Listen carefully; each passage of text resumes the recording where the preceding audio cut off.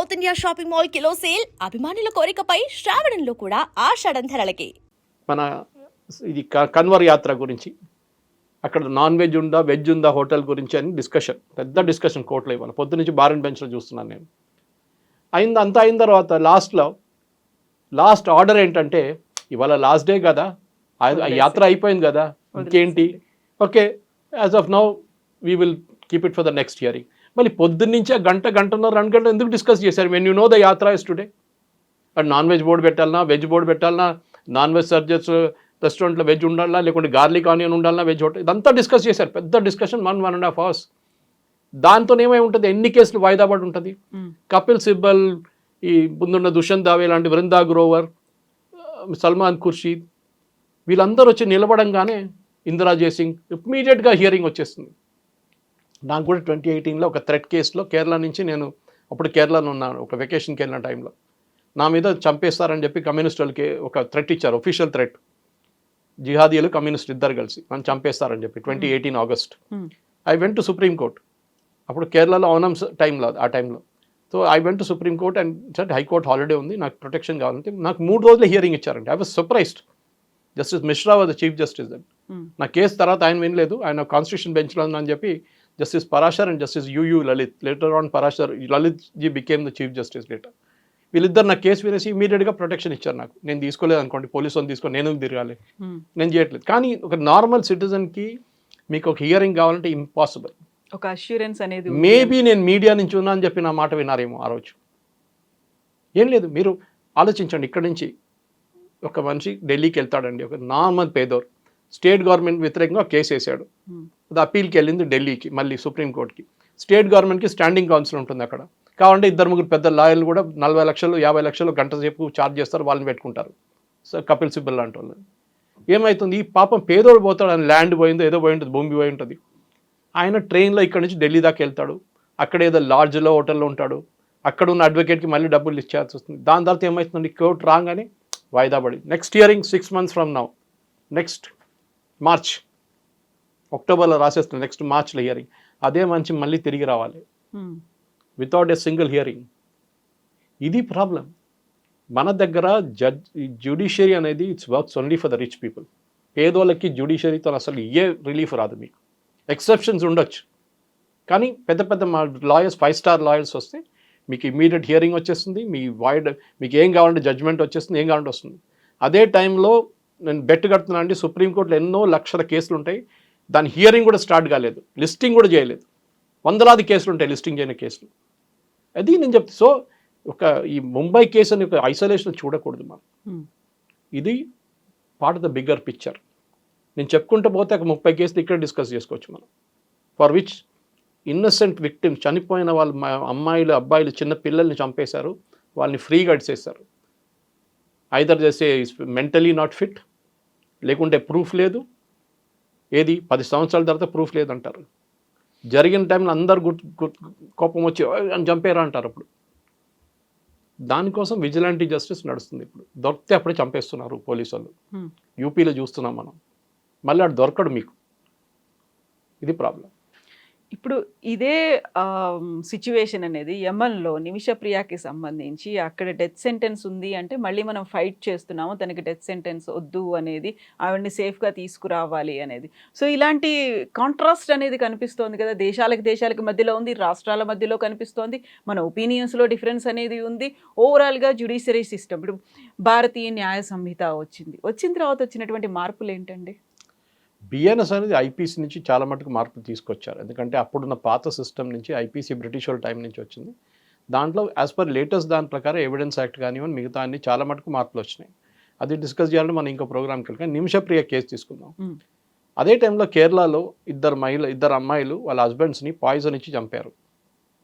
Different cases. అది వాళ్ళ harassment అంటున్నారు, అది అంటున్నారు, ఇది అంటున్నారు. కొన్ని కేసులు అయితే మనం చూస్తున్నాం, లవర్ని తీసుకొచ్చి హస్బెండ్ని చంపేస్తున్నారు. ఇదంతా నడుస్తుంది. అది ఇక్కడ కూడా జరిగింది, మన హైదరాబాద్లో కూడా. సో ఆ కేసులో వాళ్ళేమో కేరళలో ఆ టైంలో అందరు కలిసి అమ్మాయికి డెత్ బై హ్యాంగింగ్ ఉరిశిక్ష ఇవ్వాల్సిందని చెప్పి ప్రొటెస్ట్ చేశారు. ఇప్పుడు నిమిషప్రియ కేసు వచ్చి శ్రీజిత్ పనికర్ అని చెప్పి వెరీ పాపులర్ కాలమినిస్ట్ ఇన్ కేరళ, ఆయన ఒక వీడియో చేశారు. ఈ అమ్మాయి ఏం చేసిందని అడిగారు. ఆ అమ్మాయి ఈయనని పాస్పోర్ట్ గుంజుకోవాలని చెప్పి ఆయన దగ్గర నుంచి ఆయన్ని ఇంజెక్షన్ ఇచ్చారు, sedative. But he is a drug addict, Talal అని చెప్పి. అలా పార్ట్నర్, బిజినెస్ పార్ట్నర్, ఆయన పేరు మీద క్లినిక్ నడుస్తుంది అక్కడ. ఆయనకి ఈ was not going in to sedative. అప్పుడు ఎక్సెస్ డోస్ ఇచ్చింది, ఈ కొలాప్స్డ్. కొలాప్స్ చేసిన తర్వాత ఏం చేశారు, ఫస్ట్ బాడీని తీసుకెళ్ళి ఎక్కడైనా పడేద్దాం అనుకున్నారు, కాలేదు. తర్వాత బాడీని 140 పీసులుగా ముక్కలు చేశారు, చేసి ఒక వాటర్ ట్యాంక్లో. అంటే your motive is very clear. Accidental death అంటే అప్పుడే మీరు పోలీస్కి రిపోర్ట్ చేస్తే మీ పనిష్మెంట్ ఇంత సివియర్ కాకపోతుంది. ఎందుకంటే అట్లాంటి ప్లేస్లో షరియా నడుస్తుంది అక్కడ, మనలాంటి తారీఖు పై తారీఖు నడదు అక్కడ. సో అట్లా జరిగింది. సో నిమిషప్రియ కేసులో అక్కడ జరిగింది, యమన్లో జరిగింది, ఆమెను తీసుకురావాలి, బ్లడ్ మనీ ఇస్తాం, అది ఇస్తాం అని చెప్తే correct, you have a point there. But అదే కేసు ఇండియాలో జరిగింది అనుకోండి, లేకుంటే ఒక ఇండియన్తో జరిగింది అనుకోండి, ఒక యమని ఇండియన్ చంపినప్పుడు మీరేమంటారు అప్పుడు? వద్దు అని చంపాలని, డెఫినెట్ డెత్ బై హ్యాంగింగ్ ఉండాలని చెప్పేసి అప్పుడు మార్చేస్తారు. సరే, పబ్లిక్ సింపతి అని ఉండాలి, హ్యూమన్ లైఫ్కి ఒక వాల్యూ ఉంటుంది, కరెక్టే. కానీ చేసిన దానికి కూడా అందరికీ it's equal footing. So Nimishapriya కేసుని పక్కన పెడితే మన దగ్గర ఉన్న కేసుల గురించి తీద్దాం. ఒక వైట్ పేపర్ పబ్లిష్ చేయాలి, ఎన్ని కేసులు పర్ స్టేట్, పాక్సో కింద ఎంత ఉంది, నిర్భయ కింద ఎంత ఉంది, మిగతా ఐపీసీ సెక్షన్, ఇప్పుడు బిఎన్ఎస్ సెక్షన్ ప్రకారం ఎక్కడ ఉన్నాయి, స్పెషలీ రేప్ అండ్ మర్డర్ తీసుకురండి. మనం చూస్తున్నాం, కలకట్టాలో జరిగింది మన రేప్ అండ్ మర్డర్ జరిగింది, ఒడిశాలో జరిగింది suicide and rape and suicide. ఎక్కడండి? సుప్రీంకోర్టు చెప్తున్నారు ఇవాళ, కాలేజెస్లో చాలా సూసైడ్లు అవుతున్నాయి. Yes, because you don't have a proper counselling system. మీ ప్రొఫెసర్స్ మీద కంట్రోల్ లేకుండా ఉండొచ్చు, మీకు హెచ్ఓడి కంట్రోల్ లేదు మీకు. సో డెఫినెట్గా జరుగుతుంది. కానీ పిల్లల్ని కౌన్సిల్ చేసే ఎవరు ఉన్నారు? ఎంతమంది కౌన్సిల్ చేస్తారు? ఐఐటి లాంటి ప్లేస్కి వెళ్ళినప్పుడు ప్రెషర్ కుక్కర్ అట్మాస్ఫియర్ ఉంటుంది మీకు. యువర్ ద బెస్ట్ సర్వైవ్ చేయాల్సి ఉంది. అభిమన్యుని చక్రవ్యూహంలో పంపించినట్టు అయిపోతుంది, బయటికి తీయడం తెలియదు. ఇక్కడున్న నారాయణ చైతన్య ఇదే నేర్పిస్తారు, డైరెక్ట్ రూట్ అని చెప్తారు. అంతా బయటికి రావాలంటే ఎవరికి తెలియదు, కోచింగ్ ఇన్స్టిట్యూట్ వాళ్ళు చెప్పారు ఎప్పుడు మీకు. That is the problem. So ఇది ఎక్కడైనా కానివ్వండి, అది మనం డిస్కస్ చేసిన కేసు నుంచి, ఇప్పుడు బొంబాయి బ్లాస్ట్ నుంచి, నిర్భయ కేసు నుంచి, మనం చాలా మటుకు ఇప్పుడు జరిగిన దిశ కేసు కానివ్వండి, కనయ్యలాల్ కేసు, అన్నిట్లో public memory is very short. వారం 10 రోజులు, నెల 6 నెలల తర్వాత మర్చిపోతారు.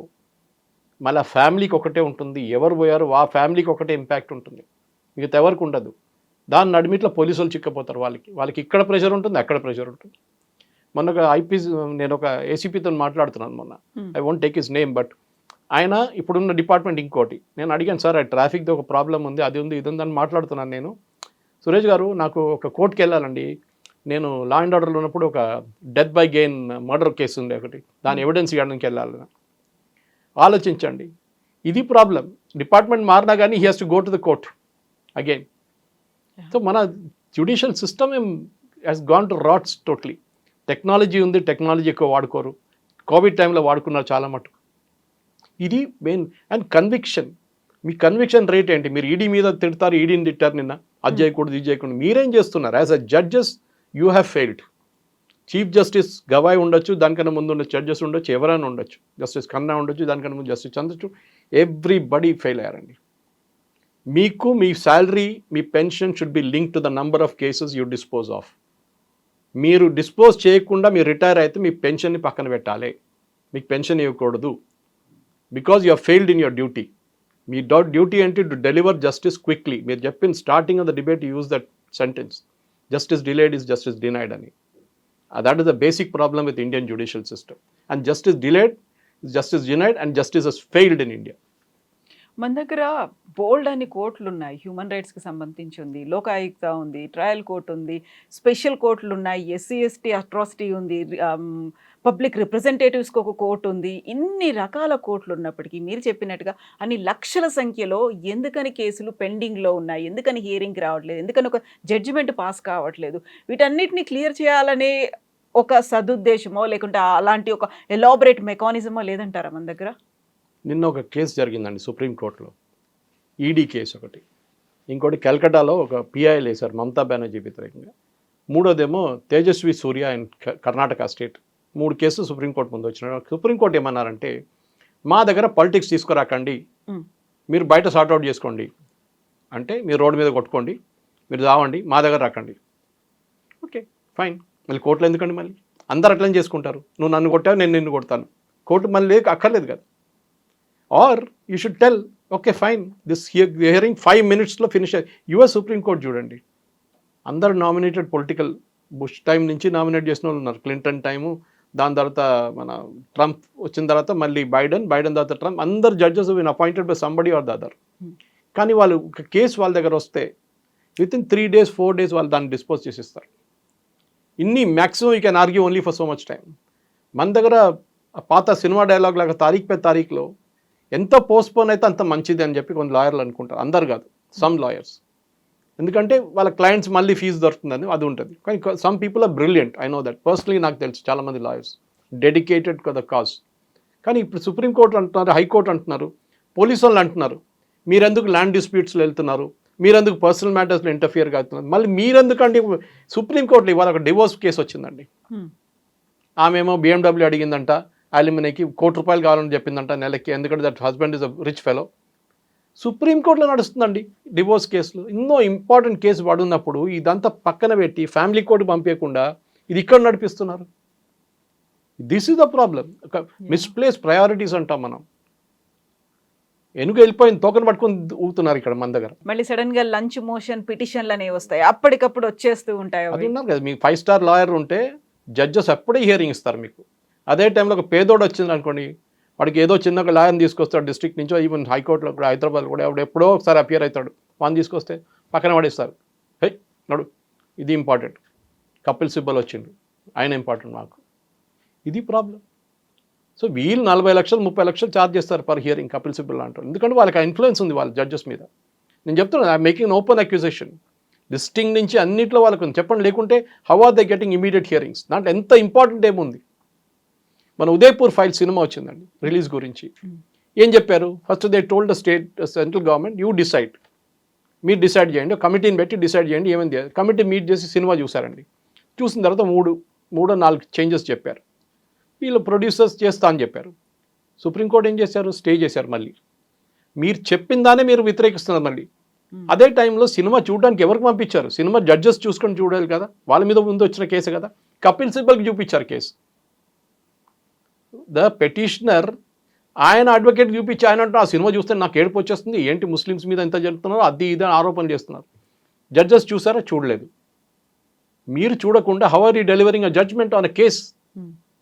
That is the problem. So ఒకసారి మీరు సెంట్రల్ గవర్నమెంట్ చెప్పినప్పుడు మీరే చెప్పారు కదా, if you want to watch a movie watch it, otherwise don't watch it అని మీ డైలాగ్ కొట్టింది ఇదే సుప్రీంకోర్టు. మళ్ళీ ఇప్పుడేమైందండి? ఒక కేసుకి వచ్చినాడు ఒకటి, ఇంకో కేసు నుంచి ఇంకోటి. ఇదే అర్థం కావట్లేదు. ఎందుకు ఇదే సోషల్ మీడియాలో కూడా నడుస్తుంది. మీకు తెలుసు, మోదీ గారిని విపరీతంగా కార్టూన్లతోని అన్నింటిలో తిడుతున్న మనుషులు చాలామంది అన్న. INC కేరళ అని చెప్పి ఒక ట్విట్టర్ హ్యాండిల్ ఉంది, అన్నిటికంటే ఘోరం. Even today I'm surprised, A state government కూడా, బీజేపీ గవర్నమెంట్ కూడా వాళ్ళ మీద కేసు లేదు. మొన్న 2 కేసులు వచ్చాయి సుప్రీంకోర్టు మీద, మోదీ గారు RSS గురించి కార్టూన్ వేసా అని చెప్పేసి.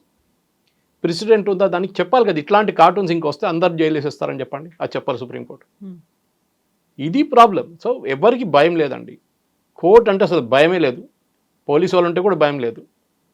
అది ప్రాబ్లం వచ్చేసి మన దగ్గర. ఎందుకంటే మీద మంచి స్మార్ట్గా లాయర్ని ఉంటే వాడు చూసుకుంటాడు, ఏ టెన్షన్ లేదు మీకు. చూడండి హైదరాబాద్లో కూడా ఎన్నో ల్యాండ్ డిస్ప్యూట్లు, 2 మర్డర్ కేసు జరిగినాయి మొన్న. ఇదంతా నడుస్తుంది ఎందుకంటే ఒక లా అనేది భయం లేదు. ఇప్పుడు యూఎస్ అదే మంచి, యూఎస్కి వెళ్ళినప్పుడు వీల్ ఫాలో ఆల్ లాస్ స్ట్రిక్ట్గా. దుబాయ్కి వెళ్ళినప్పుడు ఇంకా స్ట్రిక్ట్గా ఉంటుంది. ఇక్కడ భారతదేశంలో సబ్కు చల్తాయి అన్నమాట. ఎందుకంటే మన judicial system has failed totally top to bottom. ఎందుకంటే మనం ఎప్పుడు సుప్రీంకోర్టు గురించి మాట్లాడతాం, కానీ లోవర్ కోర్టులో చూడండి, అక్కడ మ్యాక్సిమం కేసెస్ ఉంటాయి మీకు.